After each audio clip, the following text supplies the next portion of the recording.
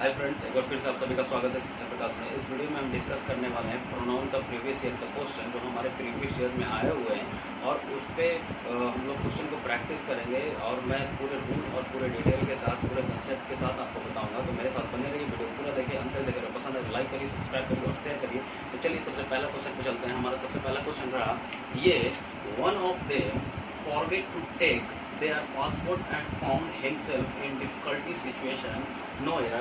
आपके पास ये सेंटेंस है, ये क्वेश्चन है पहला।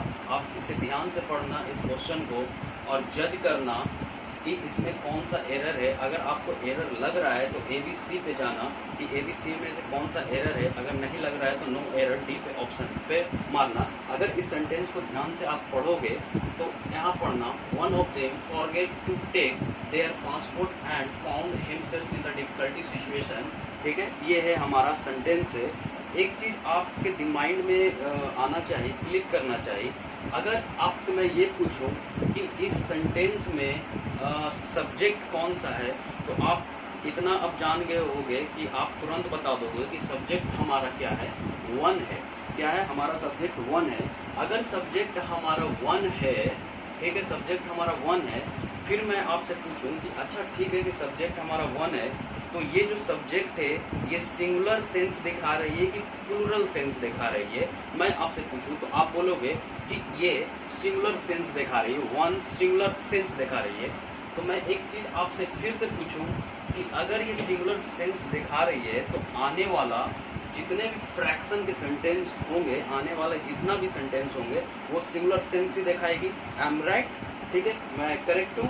तो आने वाला अब पढ़ना कि अगर सिंगुलर सेंस दिखा रही है सारा सेंटेंस तो इसका मतलब तो नो एरर है, लेकिन अगर नहीं दिखा रही है तो वो क्या है, मतलब एरर है। ठीक है, तो आगे का सेंटेंस हम इसको लेकर पढ़ते हैं। ठीक है, one of them forget to take their passport and found himself in difficult situation. ठीक है, अगर एक चीज़ देखना कि अगर हमारा सब्जेक्ट सिंगुलर दिखा रही है तो मुझे ये बताओ कि यहाँ देयर क्यों लगाया।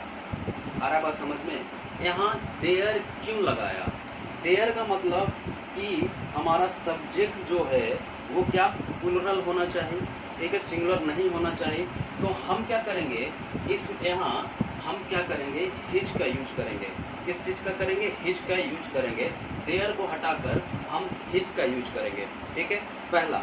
अगर इसके अनुसार अगर हम चलें, एक मिनट देखना, अगर हम इसके अनुसार चले कि ठीक है वन ऑफ देम, ठीक है, यहाँ आपने देयर लगाया, ठीक है, ये भी सही है।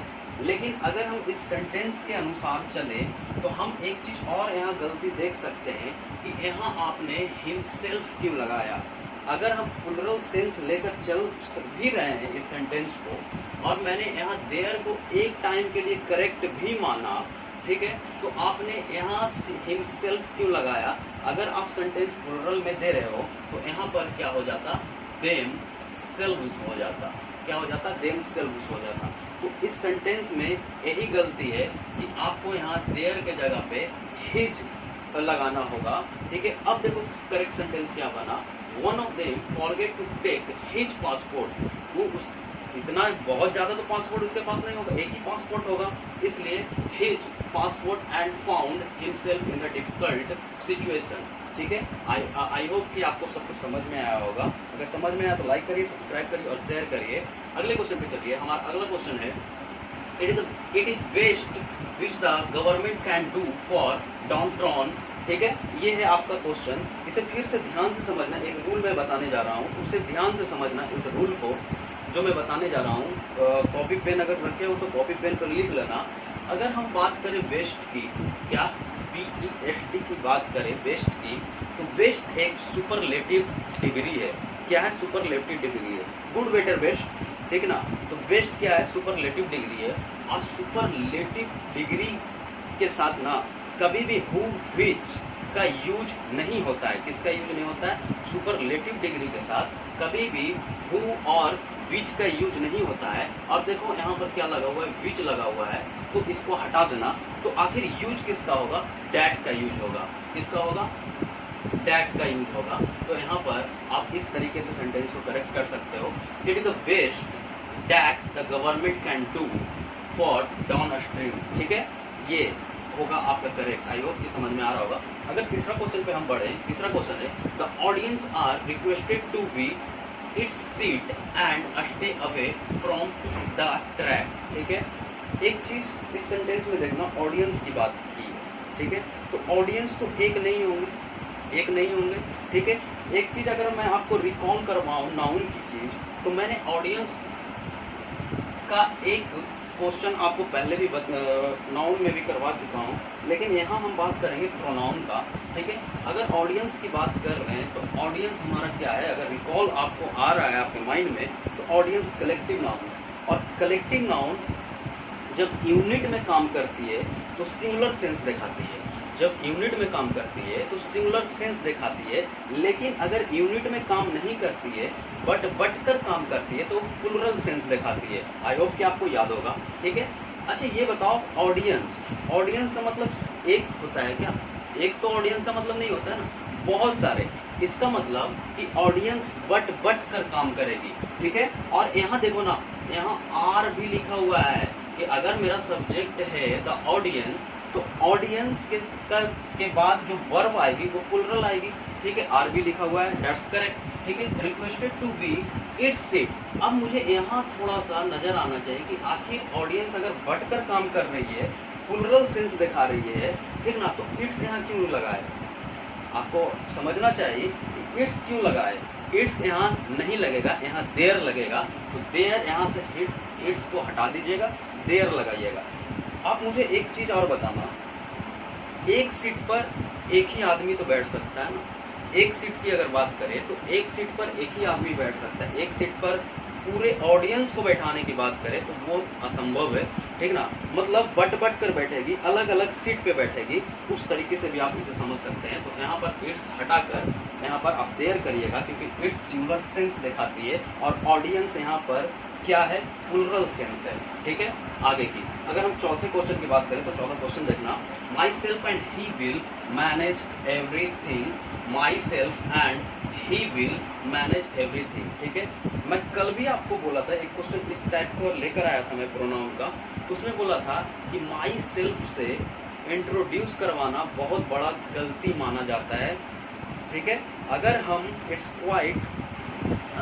Quite in the sense of American English and American English और इनफॉर्मल इंग्लिश की बात करें तो ठीक है कि वहाँ पर हमें पढ़ाया जाता है, स्पोकन में की लैंग्वेज में चलता है, जहाँ एटीट्यूड की बात आती है वहाँ चलता है। अगर मैं बोलूँ माई सेल्फ राजीव, तो हम एरोगेंट दिखा रहे हैं, क्या एरोगेंट दिखाने की कोशिश कर रहे हैं। ठीक ना, तो माई सेल्फ से कभी भी अपने आप को इंट्रोड्यूस नहीं कर सकते हैं आप, मतलब अपने आप को इंट्रोड्यूस नहीं कराया जाता है। तो याद रखना कि माई सेल्फ बहुत ही बड़ा गलती हो जाता है। एक चीज़ हाँ ऐसा हो, मतलब जैसे बड़े बड़े स्टार की बात करें, अजय देवगन, शाहरुख खान, आमिर खान, वो अपने आप को किस तरीके से इंट्रोड्यूस करेंगे?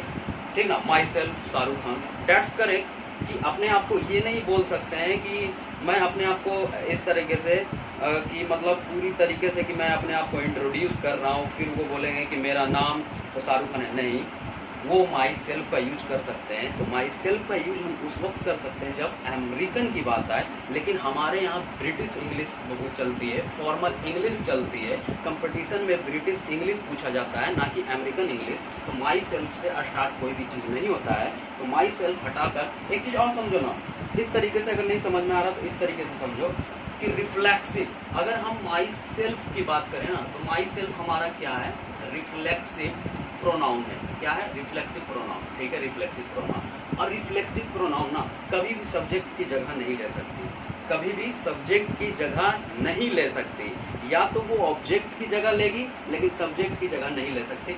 इस तरीके से समझो। ठीक है, तो यहाँ पर माई सेल्फ हटाकर I and he will manage everything आपको करना है। ठीक है, आई होप कि आपको समझ में आ रहा होगा। अगर समझ में आए तो लाइक करो, सब्सक्राइब करो और शेयर करो।